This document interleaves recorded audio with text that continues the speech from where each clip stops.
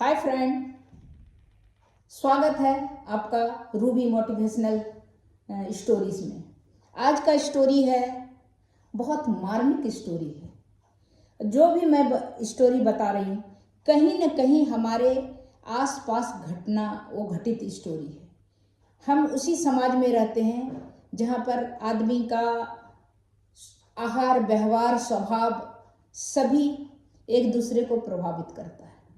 पड़ोस में कुछ अगर गलत हो रहा है तो हम भी उससे प्रभावित हुए बिना रहते नहीं। तो वही आज का घटना बहुत मार्मिक है। एक लड़के का है जो 13 साल का है। 13 साल के उम्र में उसकी माँ मर जाती है। माँ मर जाती है, उसका एक छोटा भाई भी है जो मात्र 6 महीने का है। उसकी माँ गुजर जाती है। पूरा भरा पूरा फैमिली है, बट बच्चे को वो मात्र उम्र 14 साल था और उस पर 6 महीना का भाई भी छोटा था। पिताजी थे उसके, लेकिन पिता के कंधों पर बहुत सारा जिम्मेदारी था, परिवार का जिम्मेदारी था। परिवार का भी खेती बाड़ी से घर चल रहा था, तो उसके पिताजी भी दैनिक जीवन में जो खेती बाड़ी जो भी है करके फसल सब्जियां उगा के अपना घर गृहस्थी का अपना जिम्मेदारी अपने भाइयों की, जो उसकी बहन थी, बुआ थी, वो उन लोगों की जिम्मेदारी जो है जो घर में उसका चला रही थी। क्योंकि और भी भाई कुछ नहीं कर पा रहा था, बीमार था कोई भाई। पहले के टाइम में एक जिम्मेदार जो बड़ा रहता था उसकी जिम्मेदारी ज़्यादा रहती थी बड़े लड़के की। तो उसके पिताजी जो 14 साल का लड़का है, उसके पिताजी को भी घर परिवार की पूरी जिम्मेदारी थी। 14 साल में उसकी माँ गुजर गई। 6 महीना का भाई था उसका। उसके भाई को भी पूरा परिवार में जो है वो लोग देखभाल कर रहा था किसी तरह।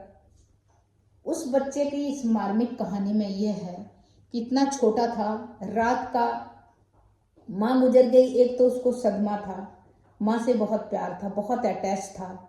माँ उसका इंतज़ार करती थी जब वो स्कूल से आता था। माँ उसको गरम गरम रोटी या चावल खिलाती थी पंखे झेल के। वो माँ से बातें करते रहता था और खाते रहता था। माँ से कुछ भी बात करता था, हर माँ का बातों का जवाब था। छोटा भाई भी था, उसके बारे में भी पूछता था कि माँ ये कब बड़ा होगा। तो इस तरह करके माँ से कुछ भी बात हर बच्चे पूछ सकता था। उस तरह इतना अटैच था माँ से। अब फिर माँ गुजर गई तो वो बहुत सेटबैक लगा कि छोटा भाई है, कैसे संभलेगा, क्या होगा। उसके पिताजी ने शादी करने से इनकार कर दिया कि अब मेरा ये बच्चे घर में एक परिवार हम सब मिलके बड़ा कर लेंगे, मैं शादी नहीं करूँगा, क्योंकि बहुत बड़ा जिम्मेदारी है। परिवार का चलाना ही इतना मुश्किल हो रहा है, भाइयों का परिवार, बहन का सभी यहाँ पर फैमिली में सबको चलाना, और उस खेती बाड़ी पर थोड़ा बहुत खेती बाड़ी तो संभव नहीं है, इसलिए मैं शादी नहीं करूँगा, मेरे बच्चे को ये लोग फैमिली मिलके पाल लेंगे। 14 साल का लड़का वो स्कूल जाता था, घर आता था, लेकिन उसकी चाची और भी फैमिली में उसको कोई मतलब नहीं था। वो खाना खाया या भूखा गया या आके खाता था, उसमें उसको माँ की याद बहुत आती थी। तो माँ की याद आती थी, वो कोने में जाके आँख में आंसू आके, जबकि माँ उसकी रहती थी तो क्या बोलते हैं, घी बनाने के टाइम में बटर कुछ भी, जैसे अपना घर में घर गृहस्थी गांव में होता है कि मक्खन निकाला दूधों से, गाय भैंस बैल वगैरह भी था उनके पास, तो मवेशी भी था तो दूध भी हो जाता था पूरा। लेकिन चाची को कोई लेना देना नहीं, चाची कुछ नहीं करती थी। उसको माँ की याद आती थी, कोने में रो जाता था। छोटा वाला भाई भी रोते रहता था, कभी कभी कोई पकड़ता नहीं था, बुरी तरह रो रहा है, किसी कुछ खिला दिया, कुछ पिला दिया, किसी तरह वो भी पल रहा था। चाची उसकी या और भी घर के जो है औरतें, वो उसके पिताजी इस सब का परवाह करते थे, लेकिन वो सब मिलके इसके बच्चों का परवाह नहीं करता था। आया वो स्कूल से आता था वो लड़का, इसके बाद अपना पढ़ाई लिखाई किया। रात के जब 11-12 बजे जब छोटा भाई रोता था, तो उसकी चाची जो है उठा के इसको सोया हुआ गहरी नींद में उठा के, जाओ भाई को जाके घुमाओ। वो कंधे पे लेके, डर भी लगता था, छोटा था, 13-14 साल का, बहुत छोटा उम्र होता है रात के अंधेरे में गांव में 11-12 बजे रात को बिल्कुल सुनसान होता है, उसमें उस छोटे बच्चे को कंधे पे लेके, छोटे भाई को, जब तक वो सोता नहीं था पूरा घुमाते रहता था बाहर रोड पे। उसके घर के आगे सड़क थी, सड़क पूरा सूना पड़ा था, उस पर जाके घुमाते रहता था। 1 घंटा घुमाता था, जब तक भाई सो नहीं जाता था तब तक वो घुमाते रहता था, फिर आके सुला देता था। उसका पिताजी का भी थोड़ा परेशानी था, इसीलिए वो जो है, दूसरा पहले ही था कि बच्चों को देखने का काम औरतें करेगी, ये करेगी। वो दिन भर थका हुआ खेत पर इधर उधर आके वो सो जाते थे। और भाई सब उनका था, वो उतना नहीं फिजिकली वीक था, तो सारा जिम्मेदारी इसी के कंधे पर था। तो ये भी बहुत थका बड़ा, उसका पिताजी आके सो जाता था, खाना खाया सो गया। वो भी वो जो है जहाँ पर बरामदा में जो जहाँ पर जेंट्स लोग रहते हैं उस तरह वो बाहर में रहता था, घर के आंगन से बाहर में, जैसे बोलते हैं जहाँ पर चौपाल, जहाँ पर सब जेंट्स लोग रहते हैं। तो ये रात में अपना अंदर घर में सोता था। उठा दिया चाची ने, बुआ ने उठा दिया। 2-2 3-3 चाची थी। एक चाचा तो ज़्यादा कुछ नहीं कर पा रहे थे, बीमार थे फिजिकली, उसकी भी फैमिली थी। एक चाचा और था, वो थोड़ा कनीम था, वो अपना पैसा बचा लेता था, अपना फैमिली इधर रखा था। एक और चाचा था, ऐसे करके 2-3 चाचा था। एक और दादी थी जिसके हस्बैंड का डेथ हो गया था, वो भी था। तो पूरा भरा फैमिली था। इसीलिए उस लड़के के पापा ने बोला, नहीं बहुत जिम्मेदारी है घर का, मैं कुछ शादी वादी नहीं करूँगा, अब बच्चे हमारे पल जाएंगे, इतने तो घर में हैं। लेकिन इसका उल्टा था, वो लोग कुछ ध्यान नहीं देता था। उस बच्चे जो है वो बेचारा स्कूल जाता था रूखी सूखी खा के, वहाँ से आया तो खाना है नहीं बचा है, कोई लेना देना नहीं, जो मर्जी जो उसको मिलता था घर में खा लेता था। रात में भी छोटे भाई को लेके घुमाना। अब सुबह जो स्कूल जाएगा वो अपने भाई को 12-1 बजे रात तक रोज उसको घुमा के सुलाना, फिर आके धीरे से चुपके से उसको खाट पे सुला देना, चादर उड़ा देना। तो ऐसे करके उसने थोड़ा भाई को पढ़ाई भी करता था, अपना भाई को भी बड़ा करता था। और दादी का चाची वगैरह जो है वो लोग खाना पीना उसको दूध दे देती थी, कभी खाना खिला देती थी। किसी तरह जैसे तैसे उसका भाई पल रहा था। ये 10वीं 12वीं 10वीं कर गया। फिर 12वीं में उसने सोचा, उसकी बुआ ने बोली कि मैं सिटी में लेके जाता हूँ। तो बुआ के साथ वो शहर चला गया। उसके पिताजी ने कहा कि अब यहाँ तक का, अभी 10वीं 12वीं है, 10वीं तक पहले होता था स्कूल में, 10वीं तक है, अब ये बाहर चला जाएगा बुआ के साथ। बुआ के साथ चला गया।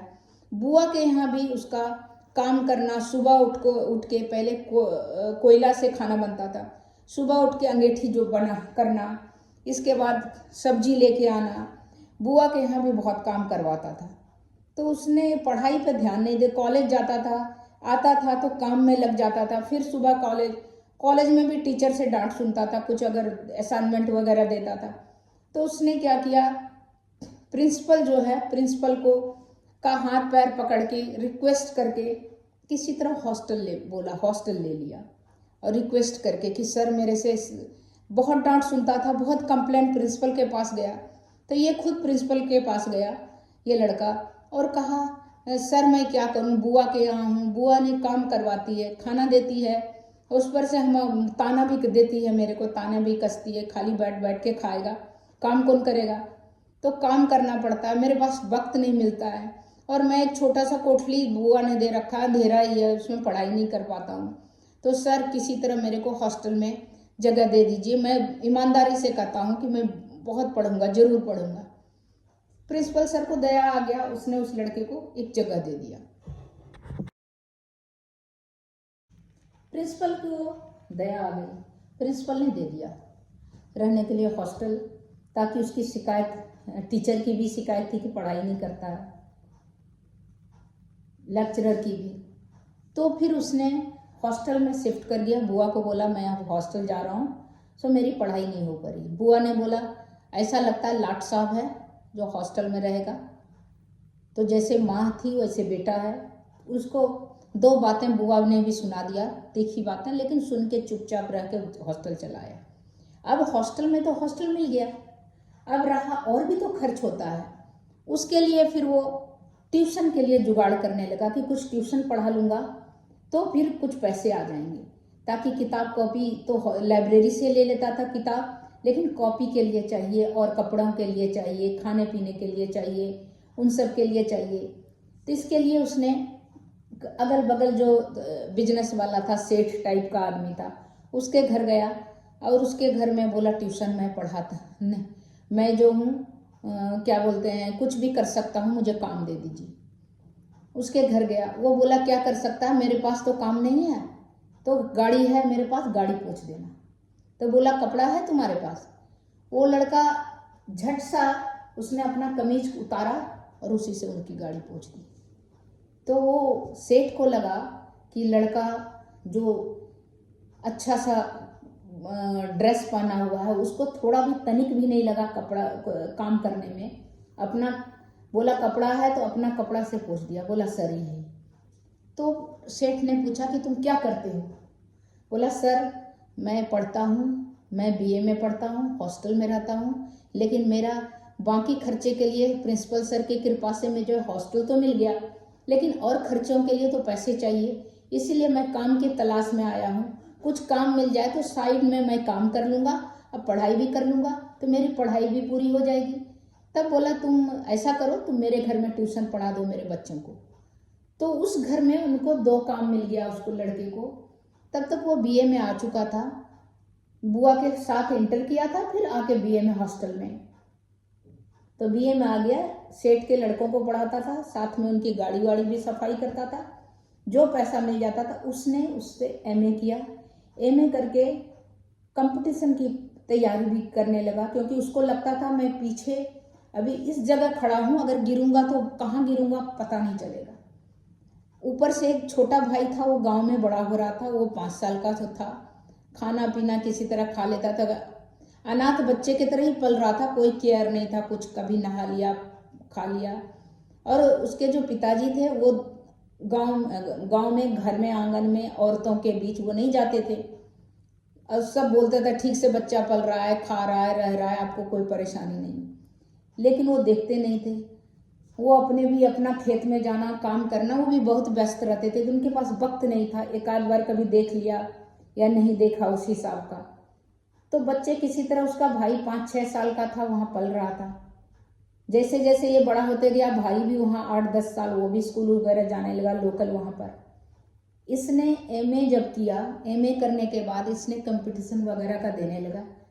अभी क्लास 1 जॉब में वो निकल गया, क्लास 1 नहीं बोलिए, क्लास 2 जॉब में निकल गया और ज्वाइन कर लिया।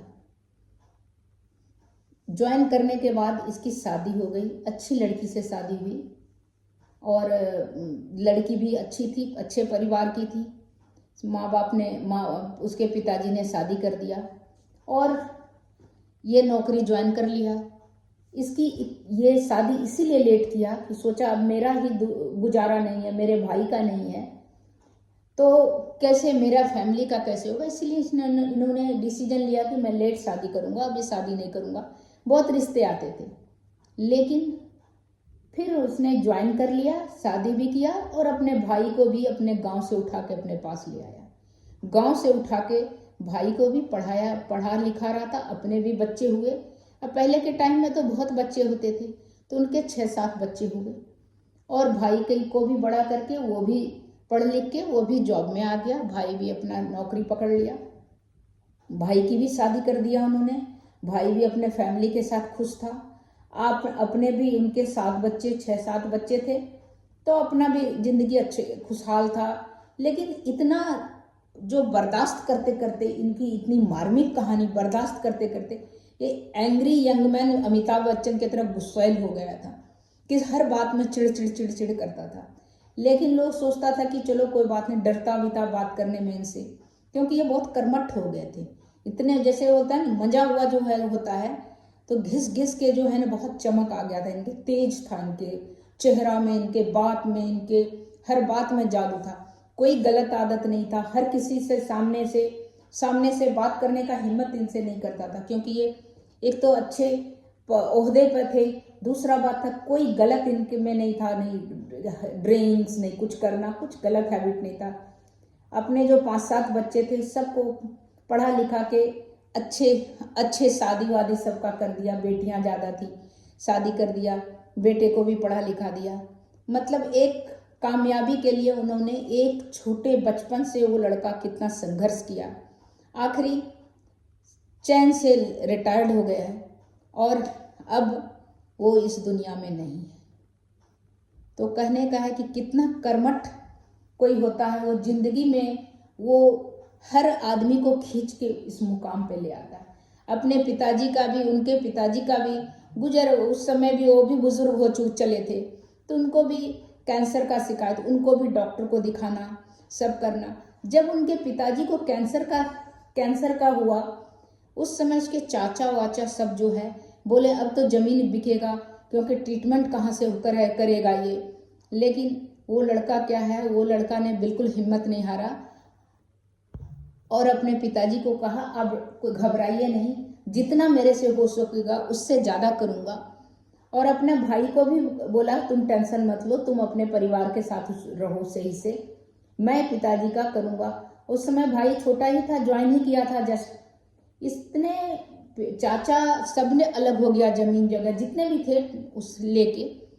इसके पिताजी ने, ये लड़के ने अपने पिताजी का इलाज कराया, जितना संभव हो सका उतना दिन वो जिंदा रहे और लास्ट में वो ख़त्म हो गए। तो कहानी यही ख़त्म होती है कि एक जो क्या बोलते हैं, एक छोटे से लड़के का मार्मिक कहानी कि कितना वो संघर्ष किया ज़िंदगी में। तो वो संघर्ष वही है कि कोई भी चीज़ पाने के लिए बहुत संघर्ष करना पड़ता है। और वो एक संघर्ष है ना, जो एक संघर्ष नहीं, उसके ज़िंदगी में परत दर परत संघर्ष ही लिखा था।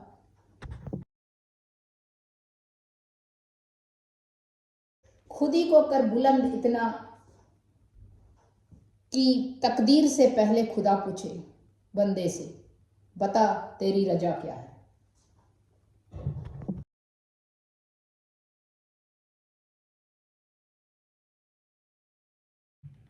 तो दोस्तों कैसा लगा ये है मार्मिक कहानी, जो हकीकत में है, जो हमारे समाज में और हमारे परिवार में हम देखते हैं, उससे कुछ सीखना चाहिए हमें कि हर आदमी का दिन पलटता है, हर आदमी में उतना ताकत रहता है कि बर्दाश्त कर सके सभी चीज़ को और आगे बढ़ता है। तो इस तरह बहुत मार्मिक कहानी थी। तो आपको कैसा लगा? अगर अच्छा लगा तो मेरे कहानी को लाइक कीजिए, सब्सक्राइब कीजिए, बेल आइकॉन दबाइए। इसी तरह इंटरेस्टिंग टॉपिक पर मैं लेके कहानी आपके लिए आती रहूँ। तब तक के लिए नमस्कार।